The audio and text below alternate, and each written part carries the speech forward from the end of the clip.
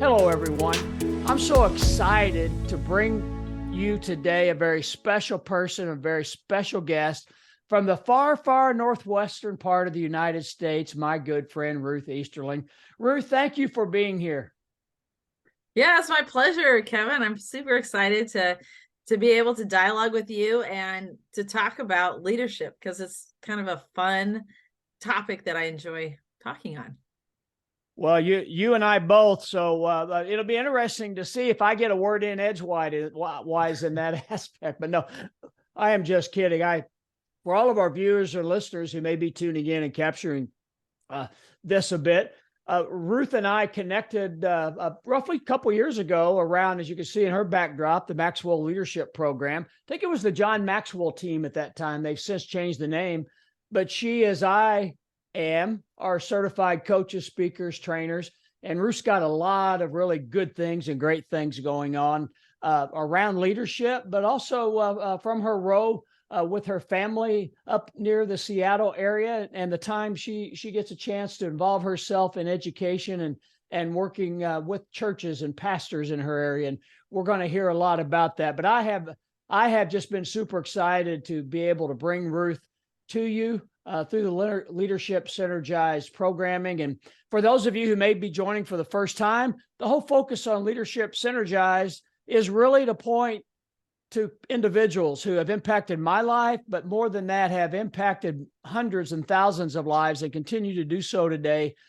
in and around the aspect that to synergize our leadership, to grow our value, doesn't mean we've got to fast forward. It's about being still, not standing still, but just being still and being focused on serving, transforming, influencing and inspiring, loving and leading. And I can't think of anyone, Ruth, better than you that models that whole encapsulation from serving to leading in that aspect. So I've got to know you and your husband Shane a little bit, long distance wise, obviously, but for our viewers, provide a little backdrop on Ruth Easterling, who she is, and why is leadership important to her. Well, thank you, Kevin. I appreciate the introduction. Yes, I reside in Seattle, Washington, and I have three teenage daughters. Today, their ages are 15, 17, and 19. The 15-year-old is a freshman in high school, and we are learning lots about time management and leadership. And there's never a dull moment when you are trying to parent and lead your children. And so that is my life. And with these three teenage daughters, it's never dull around our house. I also have a 17-year-old who is a junior in high school who is doing they call it Running Start where we live, but it's a college program through the community college. And so she loves that. And she's in and out the house all the time. And just enjoy helping her as she navigates college and thinking about where she's going to go in the future. And I have a 19-year-old who is in the great state of Indiana, where Kevin is, and she's going to Purdue University. And so my husband's background is from Indiana, down where Kevin is. And so I do have a lot of, so I say family ties to Indiana. So also I have a business that I started 3 years ago, actually. It's called On Purpose L3, and it's learning, living, and leading. And in every area of our lives, we have been created for a purpose, to live on this earth for a purpose, and we also lead on purpose. And so I've been able to develop my business in which I help people individually through personal coaching in this private one-on-one opportunity where I help people to develop their purpose. And then I also have the opportunity to help leaders in leadership teams to be able to help their teams to learn how to work together, learning about their own personality, and then being able to figure out how it is as a team do we work together. And so it's been really fun as I've developed my business, and I have been able to work in the lives of individuals and in the lives of teams. So thank you, Kevin. Thank you, Ruth. A well-rounded, diverse background experience, but more than that, well-rounded, diverse interest. Ruth also a pastor, in the Yes. Seattle area. Talk a little bit about that Yeah. experience, and how does that experience around the work you have done in your past as a pastor relate to leadership and the work you're doing with on Purpose L3? Yeah. Thanks, Kevin, because I think for some of your viewers, this might be an area in which maybe they have some background in. I'm actually an ordained minister, and I spent many years pastoring and actually leading a leadership team for our conference, and was able to help pastors individually in different situations in which they were developing as leaders, as pastors. And it's been very fun because as I've developed my own business on Purpose L3, I have been able to minister to ministers. So it's been really fun. I have an online course in which I have pastors go through the online course, and then they learn about the essential elements of leadership.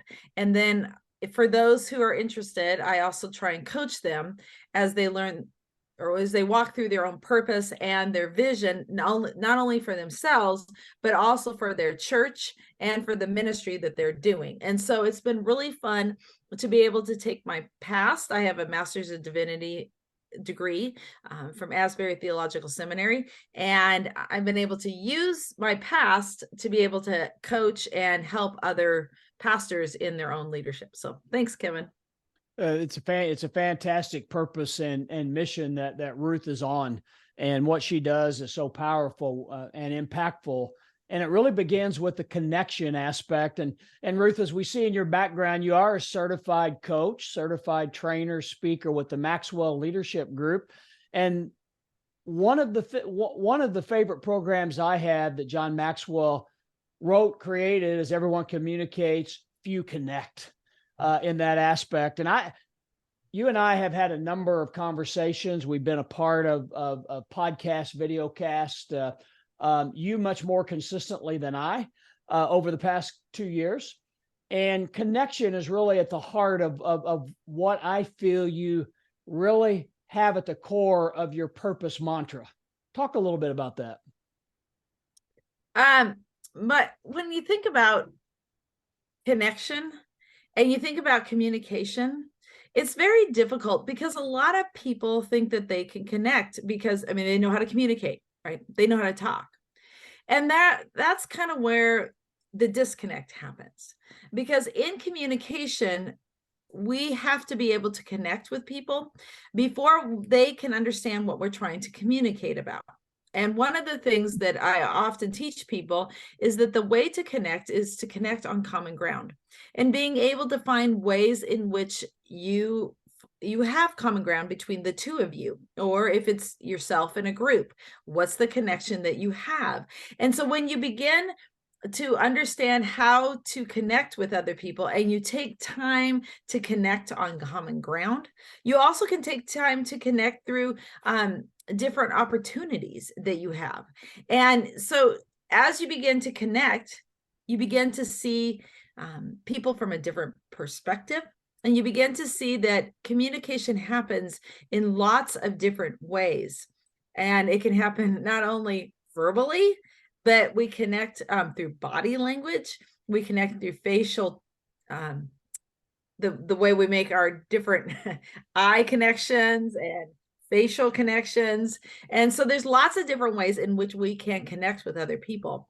And so one of the things that I do love to help teams is through this ability to learn how to connect and learn how to be able to help each other as we learn how to add value to each other. So thank you, Kevin.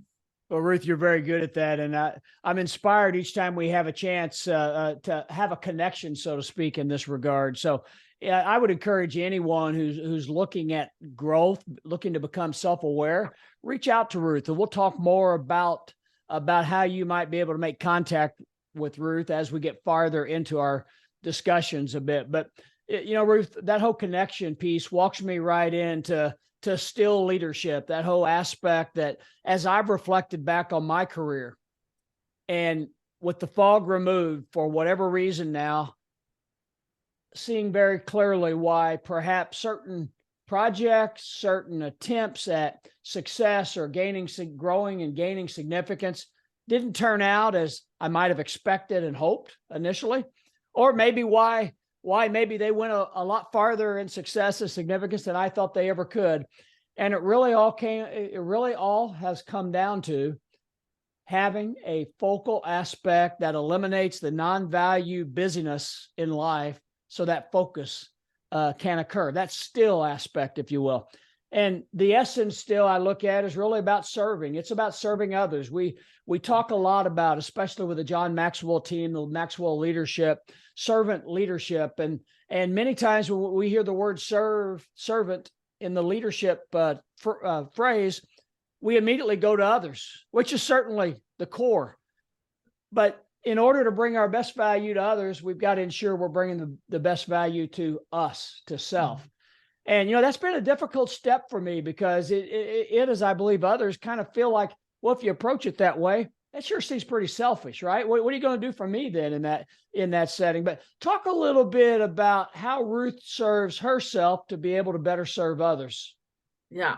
So, thank you, Kevin, for this, because I think helping yourself, as you said, is a really hard thing for a lot of us to do, because we look at it, as you said, selfishly. Like, I should be helping other people, and we should be, getting to our goal, and we should understand our purpose and our vision. Why am I spending all this time on me?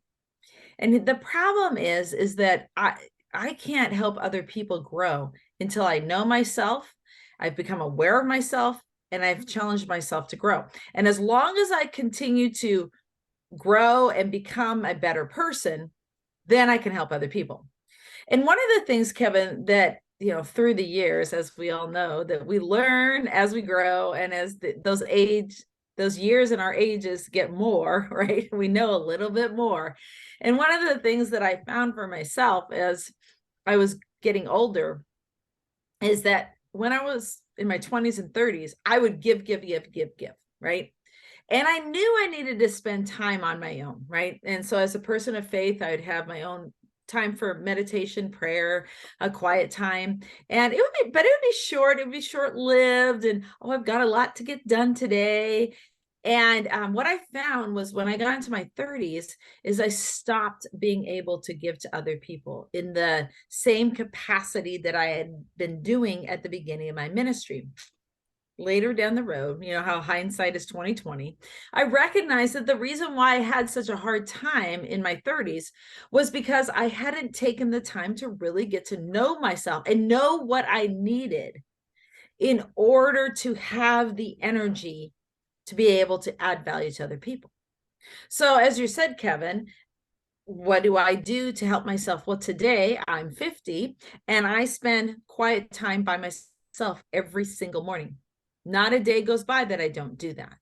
And I know that for myself, if I don't do that, then I'm not in the right mindset as I begin my day. And I spend time as a person of faith, I spend time in prayer, in meditation, and in reading. And so that actually fuels me for the day in order for me to be able to accomplish what I need to get done. So I spend a lot of time with people, right? So as I shared, I've got 3 teenage daughters. I have a husband, and I spend time with them every day. And then my clients. And then I do other miscellaneous things with people. So when you stack it all up, some days I literally start the day in the morning at 7 I start the day, with people about 6:30 in the morning, and I will go, and I won't even hardly stop, right? Until about 9:30 or 10, when I think about going to bed. And on days like that, that really depletes me. But I know that the next day I'm going to get up and I'm going to have that time alone in order for me to recharge and be ready for the next day.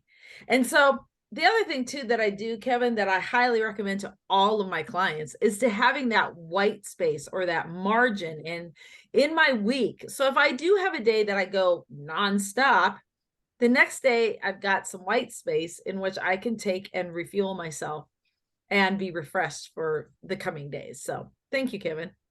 No, thank you, Ruth. I really appreciate that walkthrough. And I think you hit so many things. I love the terminology white space. And you talked a little bit just a little bit about this topic a moment or two ago. It's all around self-awareness, and that time and reflection, that meditation piece helps bring self-awareness in that aspect. And many times when we, I think, is just human nature at points in times, at least I know I have maybe fallen and stumbled with this a little bit. When you consider adding value to yourself, you start looking at your schedule and you say, well, wait a minute, I don't have enough time to read that book to be able to learn that aspect. I've got to be here, here, and here. I don't have enough time to travel 4 hours away to attend that seminar because I've got, again, these other duties elsewhere. But value can be added through quiet time. It can be added just like we're doing right now, just conversation. You've added value to me already with the things you've offered and how you go about your day and your commitment you have to your meditation. Well, thank you. Good. I'm glad. Talk a little bit about someone who in your past has really played a part in Ruth Easterling developing as a leader and taking an interest to continue to grow. Well, I like that question because I want to just go back. I could tell you the names of a lot of my professors back from college and from seminary that really took time investing in me and investing in my growth. But one person who really, shall we say, forgave me when I made a lot of mistakes and was willing to take the time with me was one of the guys. His name was Mark, or his name is Mark. He's still alive, and I worked with him in Michigan. And I came out of seminary and I worked with him straight away. And he really took the time to care about me and didn't pass a lot of judgment on me because I know I made mistakes. I know, as I said, I was a pastor and I preached, and I'll never forget the first sermon I preached there and at the church. And oh my, you think back, I think, it's amazing that anybody listened, right? And he was willing to go to bat for me many times. And so like when you think about it, there are a lot of people like poured into me, but I think that he was the kind of person that walked alongside of me. And he was willing to be there for me. I was there for almost 10 years at that church, and he worked right beside me. We didn't always see eye to eye, definitely not. But when push came to shove, he was always right there with me, walking alongside of me. And that's what I really believe a leader is. A leader is a person who influences other people. And it's a person who doesn't walk ahead of the person so you can't see them, right? And they're running up ahead and you're like trying to run to keep up with them. No, a person who leads and makes an impact on another person is the person who walks alongside of them and is willing to work with them and is willing to help them and move them forward. So I would have to say that, yeah, Mark is probably the first one that comes to my mind. Excellent. Well, thank you for sharing. Good for Mark. And you walk into the next aspect, and that's kind of the T of still transformational leadership, transformational growth. Many times, as I reflect through my career, individuals who I recall, and I would put myself in this bucket at times, were promoted, and we saw it as a step or a transition in that aspect. And understanding the difference between a transition versus a transformation really gets into that influence, inspiration, passion, and really just loving the work you're doing or loving serving. Many of us can serve, but if we really don't love what we're doing with the serving, is that really living on purpose? Right. I think that's a really good point, Kevin. One thing I want to highlight about living on purpose is that when each of us have been created for a purpose, to live on purpose. And so when the creator of the universe created us, I believe that each one of us lives from our strengths when we live on purpose. And so one of the things that I have found with people is that they're looking all different directions to try to figure out what that purpose is. And here's the key. Here's the secret. The secret that I have found is that living on purpose is finding your strengths that God has given to you in order for you to be able to move forward. And so what we do is we get all frantic and we try to figure out all these things. And we're like, oh, I've got to understand this. I've got to understand that. No. We come to the table. We look at what our strengths are. We look at what our weaknesses are. And then we find within those strengths where our purpose is. And I can tell you, Kevin, I have coached a lot of people who come to the table with a lot of stuff. I was just actually coaching a guy this morning. He's been coaching with me for quite a few weeks. And the first week I coached with him, he came to me, and I had a list of at least 10 things, because I asked him, hey, what are your strengths? What are the things you like to do? And he had like 10 things. And do you know that this morning, I was so proud of him. I said, I'm really proud of you, because you not only have, you were frantic the first week, but today you have honed in on that. And he has 4 things that he is looking into, but each one of them, he's got number 1, and each one of them has kind of a value, those 4 values. And so I was super proud of him. I said, you're getting down to where you're going to be able to, leave me and go off and do your purpose. So it's pretty cool. Well, what a great segue and wrap on this episode. Would love to pick up with where we left, because your passion came through, your transforming coaching aspect. What a great example. And it came through so well, as you walked us through that client, and what a main piece to be able to narrow that list of those 4 key points. So hopefully you can stay with us for another episode.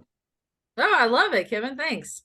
You are watching Leadership Synergized. Our very, very special guest, Ms. Ruth Easterling, a Maxwell Leadership Team certified coach and trainer and speaker, and just well-rounded individual, a true leader, who's bringing us and helping pay her experiences forward, her talents forward.